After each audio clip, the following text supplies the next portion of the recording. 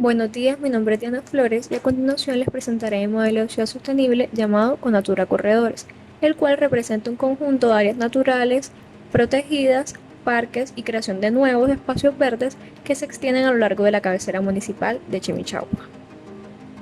Para iniciar, me gustaría aclarar que la metodología implementada para el análisis territorial se llama Indicadores Urbanos como instrumento de análisis para el diseño de proyectos de espacio público, desarrollada por Alexander Niño, Gualberto Vadillo y Marioli Dávila. Entonces, con base a ellas se identificaron datos e indicadores territoriales en cuatro aspectos. Estos son físico, ecosistémico, político administrativo y económico. Y se relacionaron para generar una visión sistemática del polígono seleccionado. En este caso, el nuestro se denomina el charco. Entonces, la cartografía que estamos observando resume todos estos datos y estos análisis de dichos aspectos. Sin embargo, me gustaría destacar ciertos puntos de ello.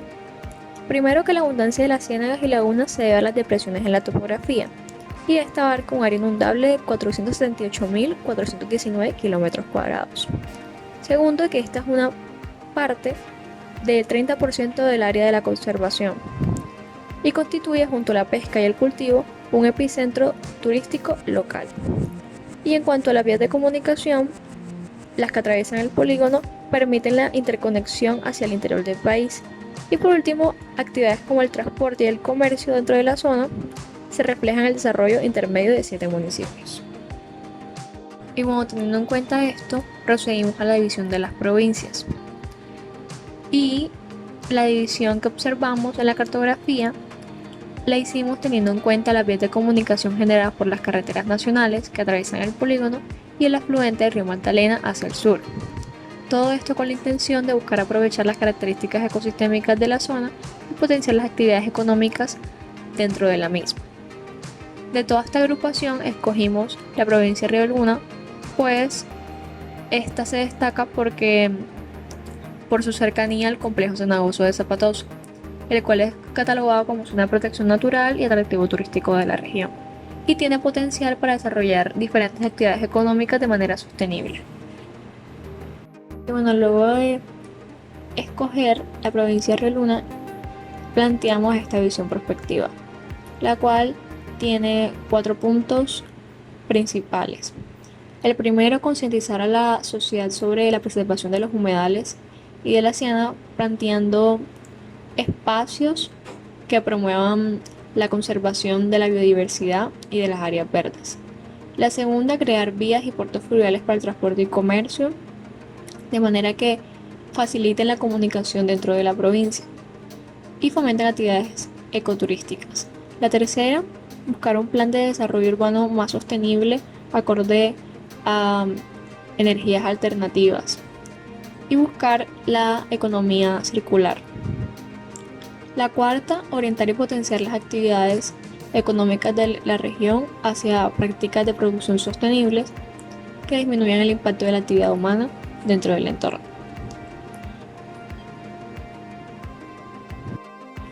Ahora bien, pasamos al modelo de ciudad sostenible, que se realizó teniendo en cuenta los indicadores urbanos y sus análisis. Y en general nuestra propuesta va encaminada a varios puntos, entre esos rehabilitar y crear espacio público, articular ejes viales con los equipamientos cercanos para crear polígonos mucho más funcionales por la diversidad de usos, tener en cuenta que si la expansión urbana se da, esta sea planificada y controlada, rehabilitar y fomentar la creación de nuevos equipamientos, definir los perfiles viales, reubicar la zona industrial, incentivar el uso de energía alternativa, unificar la calidad de vida proveyendo servicios y mejores condiciones de vivienda, y además tener en cuenta la importancia de las zonas verdes y la reactivación del área comercial dentro de la cabecera. Ahora vamos a hablar de los indicadores urbanos, en específico el indicador de espacios verdes y biodiversidad, ya que su desarrollo permitió la constitución del proyecto específico.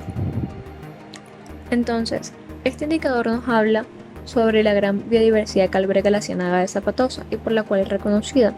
Sin embargo, factores como la contaminación, la erosión del suelo, la sobreexplotación de los recursos naturales y la tala indiscriminada lo han llevado a altos índices de deforestación, lo cual pone en riesgo las diferentes especies. Entonces, lo que se decidió hacer con toda esta problemática fue implementar diferentes estrategias que permitieran la preservación de estas especies. Y para ello se realizó una red de parques y corredores ecológicos dedicados a las especies de fauna y flora, ya sea parcial o totalmente.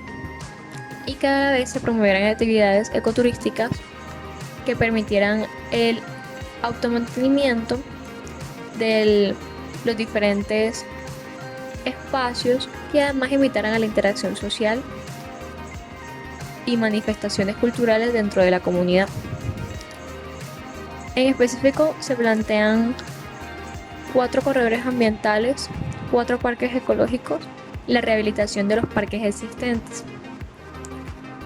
Y además de ello, se propone que para conectarlos en las vías existentes se transformen en vías compartidas con espacios verdes, de manera que haya un aumento del área verde y reducción del espacio de concreto de la vía.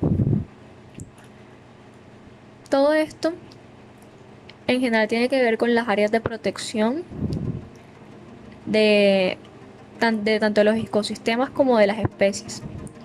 Y bueno, los referentes escogidos son el Parque de los Humedales de Myeongdae en Tailandia y el referente del Corredor Ambiental Urbano del Río Cali en Colombia.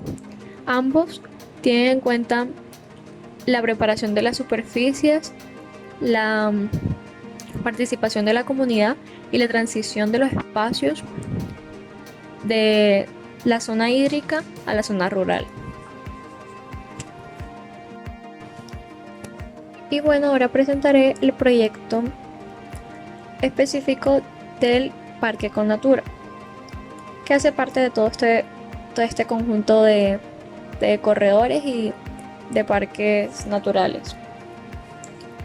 Entonces, para su construcción se tuvieron en cuenta las zonas de reserva ambiental existentes y la comunicación directa con estas, y también el crecimiento urbano que está teniendo la cabecera municipal, de manera que se buscará a toda costa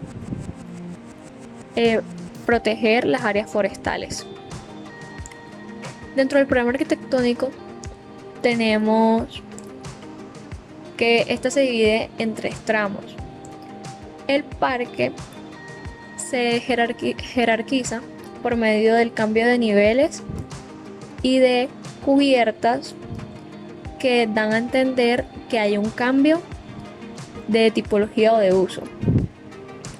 Entonces el tramo 1 está conformado por el Observatorio de Aves y la exposición de flora. El tramo 2 por un centro holográfico biodiverso, donde se pretende enseñar sobre las diferentes especies existentes. Y el tercer tramo, el mirador, teniendo el nivel más alto.